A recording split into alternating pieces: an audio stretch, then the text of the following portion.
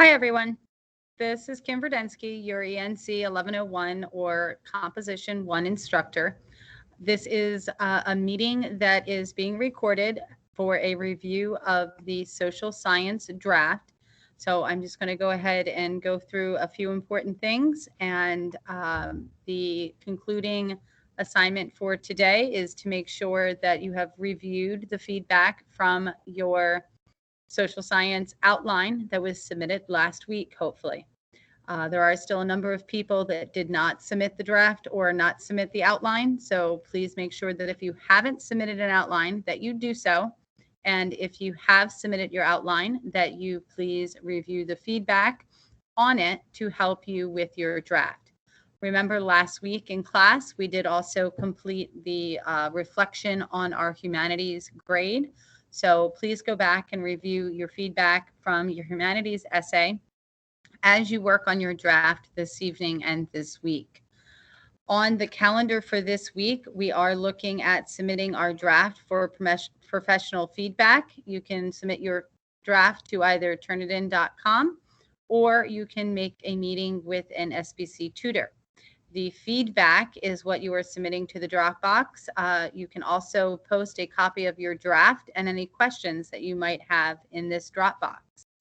In addition to submitting your paper for professional feedback, you are also submitting your paper to the discussion forum for peer feedback. Please don't wait to the last minute to do this assignment, as we do all want to get as much feedback as possible to then work on perfecting our drafts for the final submission of the social science paper, which is due next Friday, October 15th. On class next Tuesday, we will be discussing any questions that you might have about your drafts. So please come to class with some questions. In the news area of our course, I did also post some information for you about the SBC library workshops.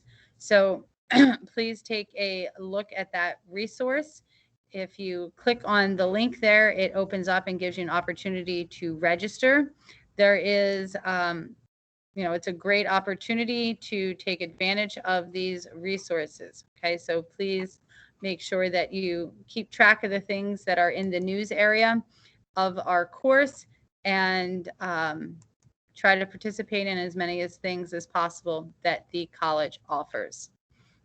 Okay, so I'm going to go ahead into our social science unit now, just to kind of review the material that we've already completed with the unit.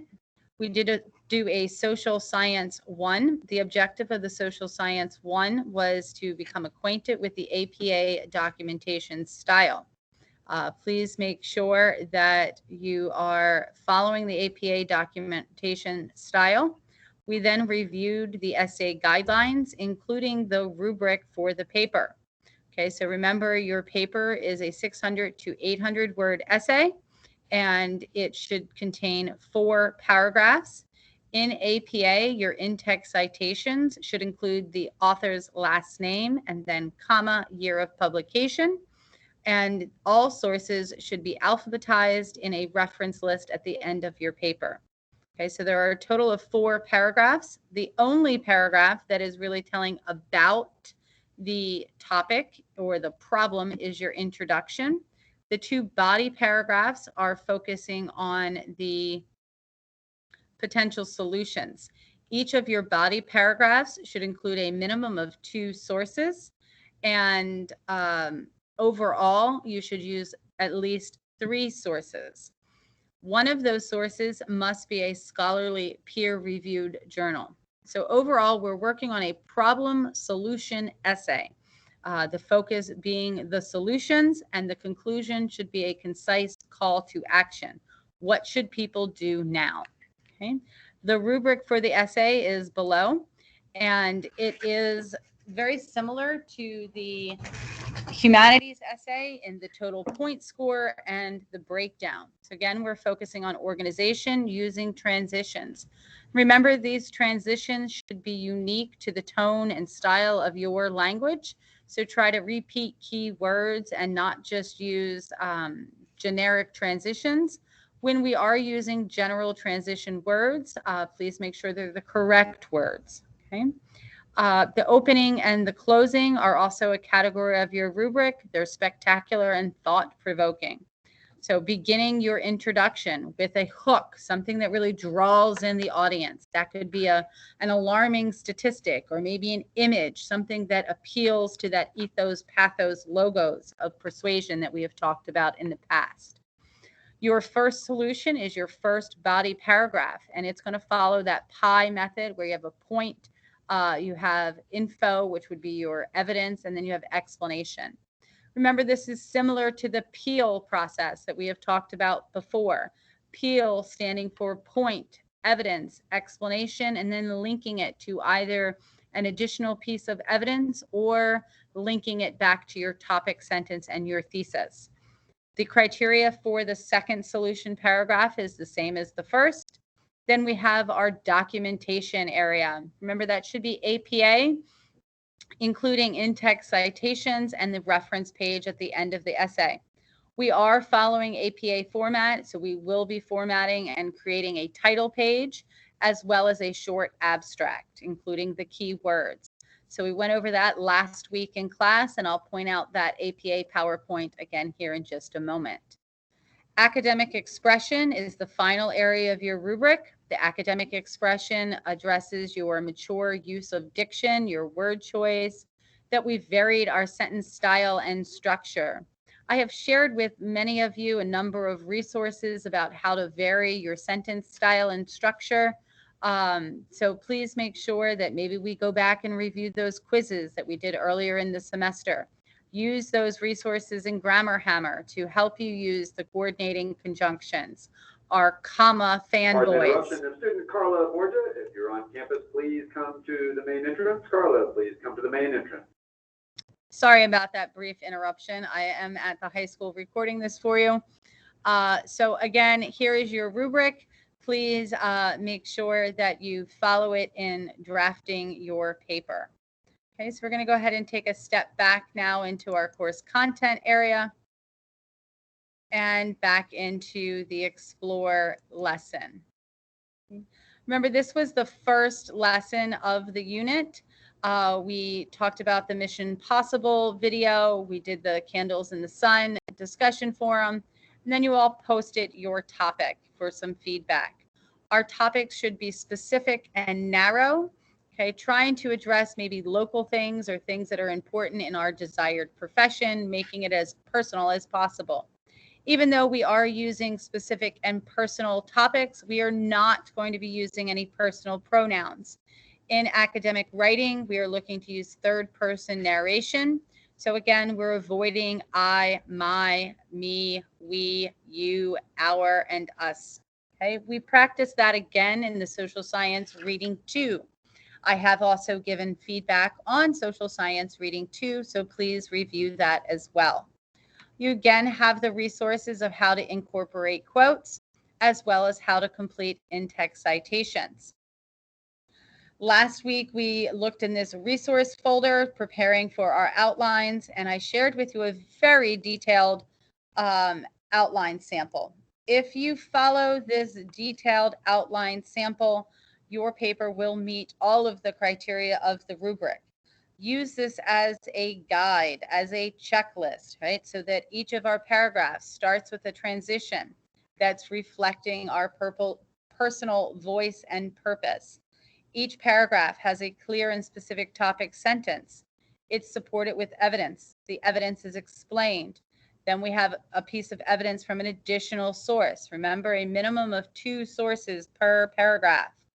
Okay. We again explain our evidence, and then we conclude our paragraph with a forceful, concise statement that emphasizes the need for change. Okay. The solution 2 paragraph pretty much mirrors solution 1 paragraph, but they should both be clear and specific different solutions. Remember that with using your sources might not have the solution, right? You're going to make inferences based upon what the articles suggest. Because if we had solutions for our problems, they wouldn't be problems anymore, right? We would have solved them. So please be making those inferences using what we do know to suggest what you think should be happening. Okay. That then moves us into the conclusion paragraph, where you are making a suggestion, a call for action. It too is still going to have a transition. So I've provided a brief example. So it says, nothing is ever perfect, but the American education system needs a reboot. Help promote a positive future for America and contact local school boards to help promote technology and trades. Citizens can also vote in the next election for candidates that fund education. It doesn't matter how citizens voice their opinions, but the opinions must be voiced for change. Okay, so it's concise, it's specific, it addresses our topic. So this sample was for a paper that's suggesting that the American education system is lacking and needs to offer more technology and more trades. So again, if you use this outline as a guide and a checklist, your paragraphs will be organized. You'll use the appropriate number of sources, and you'll meet the criteria of the assignment. Going back into our course content now. Last week, we went through the APA PowerPoint. So if you need to review that, please do so. Remember, all of these resources that I'm using are coming from OWL, which is put together by Purdue University. It's a credible, reliable source. So please review the PowerPoint if you need to for APA format. And then also use OWL for all the other resources it has on paragraph structure and conciseness. It's a whole world of information. Take advantage of it. Okay. Going back into our course again, and again, this is all in the SS pre-write unit. This is much of the information we went over last week, which led us to drafting our papers for this week. I did include a link of how to access the databases in the event that you might have forgotten how to do that. Signal phrases are the way that we introduce our evidence in APA papers. So this resource here gives you some examples of how you can do that. Right? So we can use our authors' names in our signal phrase, or sometimes we might want to avoid using the author's name in the signal phrase to avoid redundancy, in which case you might say popular magazines report, or we could say recent surveys conclude, right? So here's a whole list of signal phrases. Please use them appropriately, right? If someone's comparing something, we can use the word compared. But if someone is really aggressive about their information, we're going to use the word argued, right? Or if someone's not as forceful, it's going to be implied or suggested. So use your signal verbs appropriately. Go back into the course again. So then for this week, while we're looking for the draft, you do have two different drafts to look at. There's this sample essay that's in APA format, but this sample paper does not include a variety of sources. So for this one, we want to make sure that we recognize it's not meeting our criteria, although it is a problem solution essay. It has some generic language like to start that's not really following individualized voice, and it only includes one source. So this is not the paper necessary. Oh, I'm sorry. This one does have the three sources. Okay, so you have this source that includes citations on what it's doing, how it's doing it.